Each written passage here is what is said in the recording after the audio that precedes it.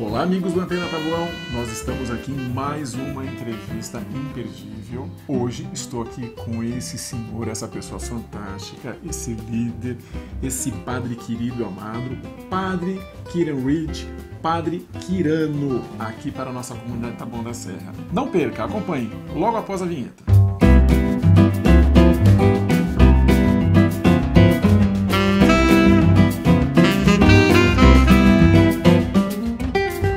Olá, meus amigos, estamos aqui de volta em mais um programa Antena Taboão. O programa Antena Taboão é aquele programa que apresenta e que entrevista aquelas pessoas que fazem a diferença na nossa cidade, aquelas pessoas que lutam por uma cidade Taboão da Serra muito melhor.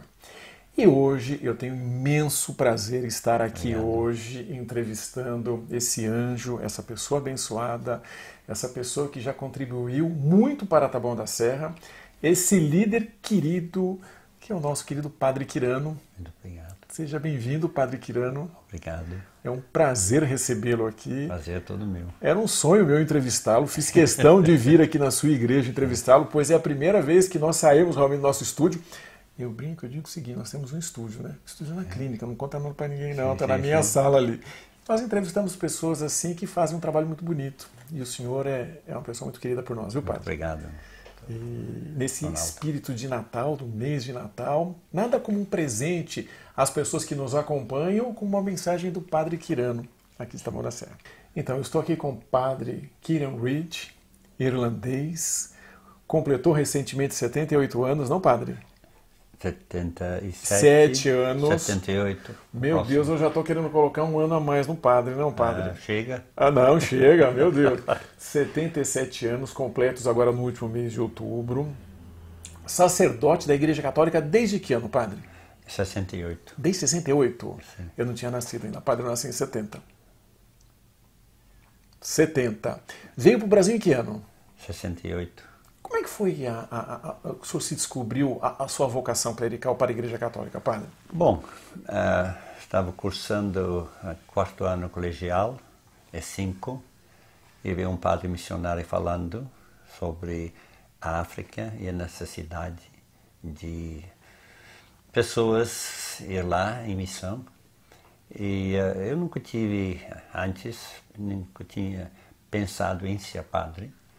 E depois da palestra dele, ele não foi muito feliz, não sei porquê, na palestra, e algumas pessoas, uma pessoa veio e pediu para mim,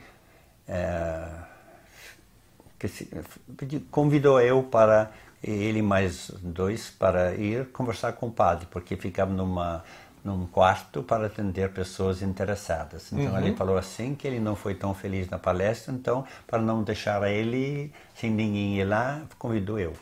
Quando chegamos lá, perguntou meu nome. Eu falei meu nome e ele falou, tem uma prima médica? Eu falei, tenho.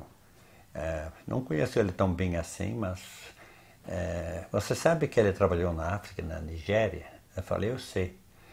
Ele começou a falar maravilhas dela. Que tantas vidas que ele salvou, foi lá, ficou leiga, ficou 2 anos, e foi aí que despertou minha vocação. O senhor tinha quantos anos? 17 anos. 17 anos. Sim. E logo depois o senhor já ingressou no seminário? Um ano depois terminei o colegial, né? E em vez de entrar para a faculdade ou para outra profissão, eu fiquei... Essa coisa não saía da minha cabeça, vamos dizer, trabalho humanitário que ele fazia na África gratuitamente. Era um chamado, né, Padre? Eu acho que sim. Foi um chamado de Deus, então? Sim. Então eu me interessei tanto pelo que ela fazia, onde não tinha médico, nunca teve, né? E o trabalho que fazia, cirurgias, fazia tudo. Era novinha. Né? Então, mas o senhor chegou a ir para a África também? Eu só visitar. O senhor visitava? Mas entrei no seminário que todos iam para a África, mas depois... um pouquinho antes, João Paulo, não é João Paulo, João 23 pediu para a nossa sociedade, todas as sociedades missionárias, mandar pessoas para a América Latina. E o senhor veio com esse propósito do Papa João 23 de vir para o Brasil? Então, os superiores dividem quem vai para a África e quem vem para o Brasil. 4 foram para a África e 16 foram quatro vieram para o Brasil, 16 foram para a África. Chegou no Brasil, sabia falar português? Como é que o Nada. senhor deparou aqui no Brasil, olhou e falou, puxa vida, uma terra nova, como é que eu vou realmente evangelizar pessoas nesse país? Nessa hora a gente não vive o momento. Uhum. A primeira preocupação minha era aprender a língua. Uhum. Já falava duas línguas, porque eu falo celta, falo inglês. O senhor fala celta? Falo, Uhum. sim. Nasci e a primeira língua minha é celta. O senhor é irlandês, né? Sim. Uhum. Pouca gente lá, relativamente falando, fala irlandês ou celta. Uhum. Mas então eu sei como é difícil aprender uma língua. E eu falei, vou fazer tudo para aprender, mas nunca tive a oportunidade de ter aula, de ter professor, tudo. Então foi aprendendo no mar. O senhor chega no Brasil, qual foi a sua impressão em relação ao povo brasileiro? As principais diferenças entre um irlandês e um brasileiro? Padre? Totalmente diferente. Muito diferente? Sim, tem mais movimento, muita mais gente. A Irlanda é um lugar pacato, foi criado no interior e foi uma coisa extraordinária. E o senhor se apaixona pelo brasileiro, então? Muito. É? Muito. Primeiro 2 anos e meio trabalhei praticamente numa favela. Trabalhou numa favela, já chegou, sim. Foi ver a realidade brasileira. Sim. E algo que o senhor nunca tinha tido contato realmente com isso, com essa Realmente pobreza? não tive. A pobreza na África é muito parecida com a nossa? Eu não conheço muito a pobreza na África, mas eu diria que é pior ainda. Ainda é pior aqui? Sim. Não, pior lá. Pior lá Sim, ainda, né? Sim. Certo. E o senhor chegou aqui, chegando no Brasil, o senhor passou um tempo, eu sei que o senhor passou um tempo na Zona Norte de São Paulo. A primeira na Zona Oeste. Na Zona Oeste de São Paulo. Na área da Lapa. Naquela região da Lapa ali. Sim. Perfeito. Brasilândia. Sim. E depois mandaram o senhor de experiência para Taboão da Serra? Não, foi depois disso para Imirim. Foi para o Mirim? Sim. Tinha um padre alemão lá, a família dele, pai dele estava doente e pediu para que eu assumisse no lugar dele e foi para lá. Foi Perfeito. Como pároco. Tive 2 anos e meio, não sabia muita coisa, mas...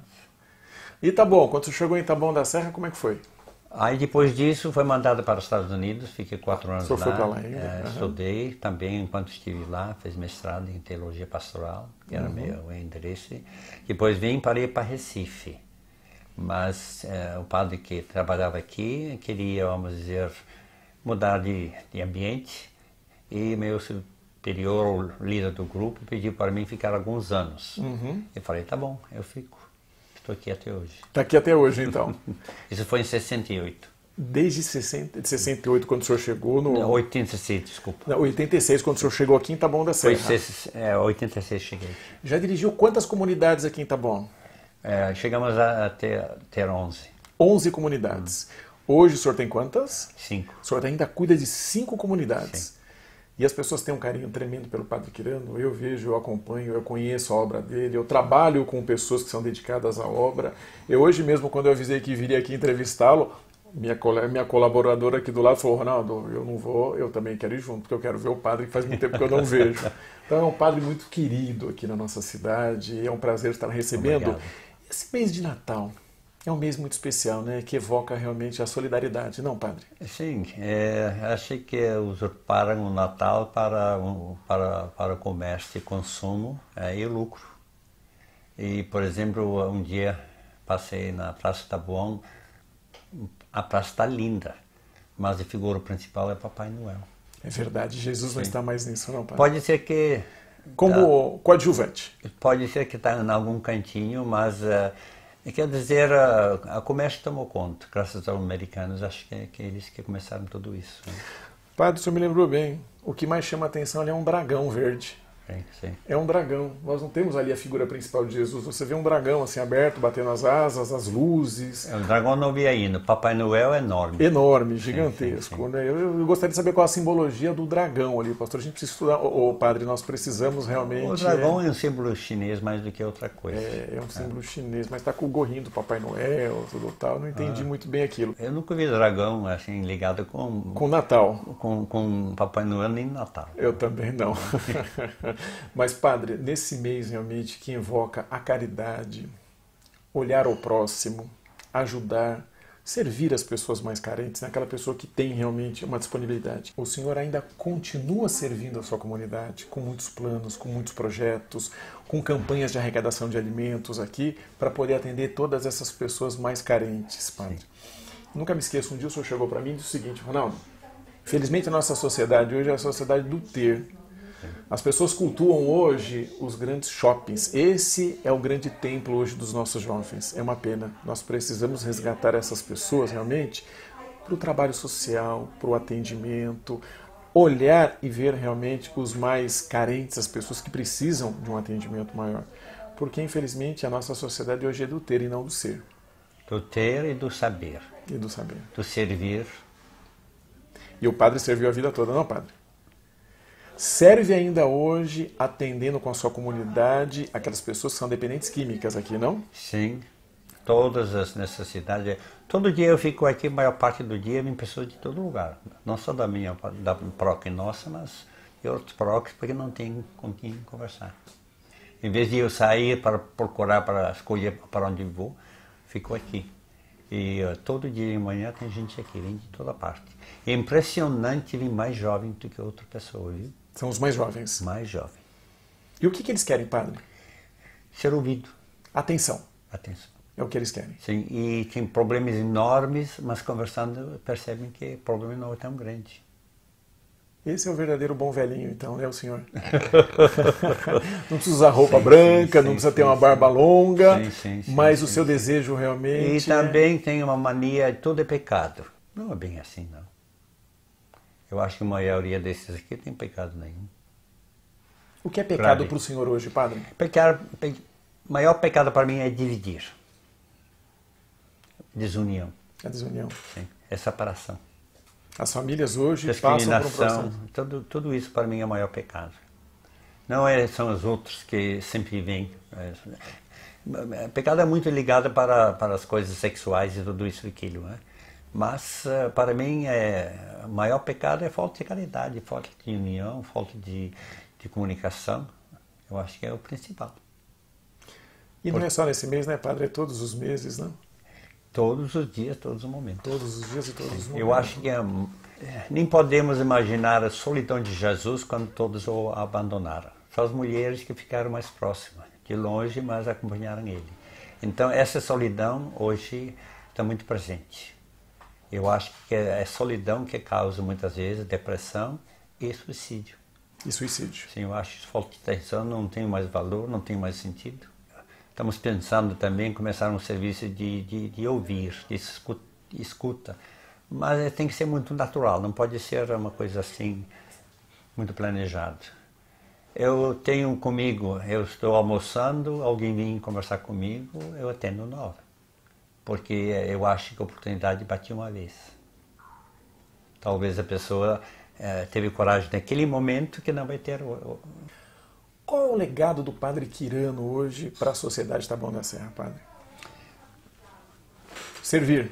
Servir está presente. Espiritualmente, está presente. Fisicamente. E quando está presente, eu faço questão de não olhar relógio, às vezes fico 2h30, e eu nunca dou um sinal que chegou, está na hora para ir embora, porque eu acho que quem vai decidir não sou eu.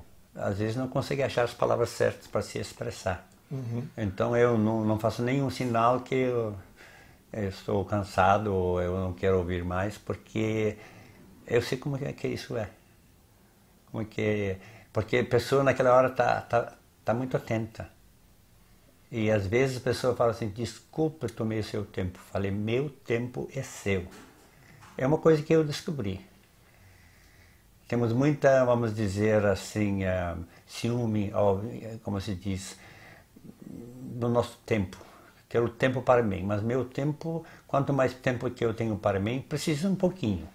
Mas meu tempo é o tempo dos outros. Porque se eu estou aqui, é para os outros. Às vezes vem assim, desculpe te incomodar. Uhum. Falei, por quê? Incomodar? Eu estou aqui para quê? Bacana, bonito. Sim, mas eu acho que essas coisas, pessoas às vezes não entendem. Na sociedade de hoje em dia, as pessoas ficam muito mais tempo num celular na mão, numa internet, e às vezes não dão atenção ao ser humano, olhar no olho, né, dar O afetividade. grande mal de hoje. Que é o grande mal de hoje. Porque a juventude de hoje vai chegar um momento que não consegue se socializar mais com pessoas. Porque socializar é com pessoas, não com máquina. É verdade. Eu acho que vai ter consequências drásticas. Mas o senhor sabe que hoje a forma de comunicação que nós temos com o mundo é através hoje desses recursos. Sim. Há alguns anos atrás seria impensável você montar um estúdio móvel como esse, realmente, Sim. poder entrevistar uma pessoa da forma como nós estamos batendo esse papo aqui. Mas é uma forma de comunicação também. Sim, As claro. pessoas não estão sabendo usá-lo adequadamente, Exatamente. em excesso. Mas existem pessoas ali do outro lado também que estão acompanhando a sua entrevista e vendo o seu legado, a sua história. Da mesma forma que um dia o senhor recebeu uma palestra de uma pessoa quando o senhor tinha 16 anos e levou 17. a 17 anos e levou a essa vocação, a esse chamado, que mensagem o senhor deixaria para uma pessoa que quer contribuir para um mundo melhor, que esteja lá do outro lado e que comece a fazer esse mesmo trabalho? Eu acho que quanto mais você se dedique às pessoas carentes, necessitadas, desprezadas, marginalizadas, eu acho que tem uma recompensa que não dá para descrever. Tá? Essas pessoas fazem com que a gente se sente útil e vivo. E realmente eu sempre falo, às vezes faço curso bíblico, estudo bíblico, leitura da Bíblia, 2 vezes por semana com as pessoas que vêm são pessoas mais simples, e sempre digo para eles que depois de 1 hora e 15 minutos com eles, eu falo, penso eu, que eles não me acreditam, que eu aprendi muito mais do que eles. É verdade. O senhor está aprendendo até hoje, então, padre? Muito mais. Que bonito. Porque padre. deles é experiência. Agora, pessoas que têm conhecimento, que vendiam um livro para a cabeça e livresco, se diz, não sei se a palavra é certa, eu acho que é a experiência do povo que enfrenta ônibus, trabalho, desprezo, é uma experiência que... É a realidade, né, do e dia a dia. enriquece a gente, faz a gente pensar, faz a gente refletir. Sim, e ajuda a gente a ser mais, empatizar mais com essas pessoas. Que bacana, padre. Padre, olha, nós poderíamos ficar aqui horas conversando, Sim, mas sim. o tempo é exíguo, Sim, tá? sim. E por ser um mês de Natal, eu gostaria que o senhor deixasse para os nossos telenautas, as pessoas que nos acompanham, uma mensagem de Natal. Ou para mim é para nos lembrar que é Natal, que Jesus veio, está conosco, o que ele precisa fazer como Maria fez, quando o Espírito Santo veio, o anjo veio, ele pediu licença. Ele pediu licença para que ela aceitasse ficar grávida. E ela, depois de questioná-lo, porque Maria era uma pessoa muito prática, ela aceitou o Espírito Santo. Eu acho que todos nós, o que precisamos sim, não é, vamos dizer, o nascimento de Cristo, vamos dizer, é importante, a visitação foi importante, Maria foi escolhida, é importante, mas o mais importante de tudo é que ele disse sim. Sim para que o Espírito Santo agisse e fizesse nascer o Salvador, o Messias. E esse Messias está conosco e a pergunta é a mesma. Ele quer que nós participemos da missão dele, do projeto de Deus. E o que falta mais é o sim. Porque às vezes estamos muito ocupados com outras coisas que nós achamos tão importantes. E acho que o mais importante é fazer como Jesus fez. Se você ler todo o Evangelho, ele está sempre com os marginalizados, com os pobres, com os surdos, com os mudos, com os deficientes. E quem condenou ele foram as autoridades políticas, foram as autoridades religiosas e foram os grandes da sociedade. Foram sábios, não? Foram sábios. Entre aspas, né? Entre aspas, sábios. sim. Sábios deste mundo. Sábios desse mundo. Então, realmente, você... Então, queria dizer que Natal é isso. Dizer sim ao projeto de Deus, que é rezamos o Pai Nosso, mas no fundo, será que o outro é meu irmão ou não? Ele é. Basta reconhecer isso. E não é porque é parente ou primo, somos irmãos e irmãs. Somos irmãos e irmãs. E rezamos o Pai Nosso, e o Pai quer a melhor para todos. E como é que eu não tomo consciência de ser irmão e irmã? Porque às vezes daqui para cima, na cabeça, o pensamento mas na prática não. É. Então... Muita teoria e pouca prática, né? Muito pouca prática. Muito pouca prática. E, infelizmente, o negócio hoje é explorar um outro. Tem vários tipos de explorações. Precisamos rezar muito, né, padre? Precisa rezar e tocar o vigiar. coração de muitas pessoas e vigiar. Então, o vigiar e a oração vai junto. O que é oração? Não nós falar, ouvir o que Deus quer, dizer o sim. E o que é vigiar? Estar atento a tudo, porque Ele está em tudo. Às vezes a pessoa chega, você não conhece, conta a sua história, e quem sabe que não é Ele que está nos provando, né? É verdade. Até onde vai a nossa fé. É verdade. Padre, quero agradecer imensamente a sua participação hoje. Obrigado. É um prazer estar aqui do seu lado, porque é um padre referência aqui na cidade. É um padre querido, é um padre amado, é um padre que eu acompanhei os seus problemas de saúde, superou todos eles na presença de Deus. Está superando e está ativo, cada vez mais ativo e trabalhando. E o mais importante, pensando sempre no coletivo e sempre com muita humildade no coração. Porque esse jovem aqui, espiritualmente, está sempre aprendendo. Mas ainda falta muito. Falta muito. Para todos nós, né, pai? Para todos nós, né? Se a gente achar que a gente sabe tudo, desculpa, vamos embora, né? Que a gente tem que ficar do lado de Deus, mas para ficar do lado de Deus a gente vai aprender muito, né, padre? Isso. Faça o que puder. É verdade. Não na minha hora, mas também, minha hora às vezes não é a hora de Deus. Uhum. E a hora de Deus às vezes é a hora do outro. Mas olha, eu acabei de dar um presentinho pro padre aqui. Que eu fiz bonito. questão. Obrigadão. Eu trouxe um bonsaizinho aqui, e esse bonsai é uma jabuticaba, que ela vai dar daqui uns 15 anos mais ou menos. Então o senhor vai cuidar muito bem dela, o senhor tem um compromisso de comer muitas jabuticabas ali ainda, viu, padre? Bom, pelo menos 15 dias vou convidar. Mas a gente vai um dia por vez, né? Com certeza, viu? Eu agradeço a todos, eu agradeço essa oportunidade. Obrigado. Eu peço você que compartilhe essa entrevista, que você passe para o maior número de pessoas, tá? Porque é uma história, é um legado, é uma experiência de vida e é um exemplo para você que está aí do outro lado.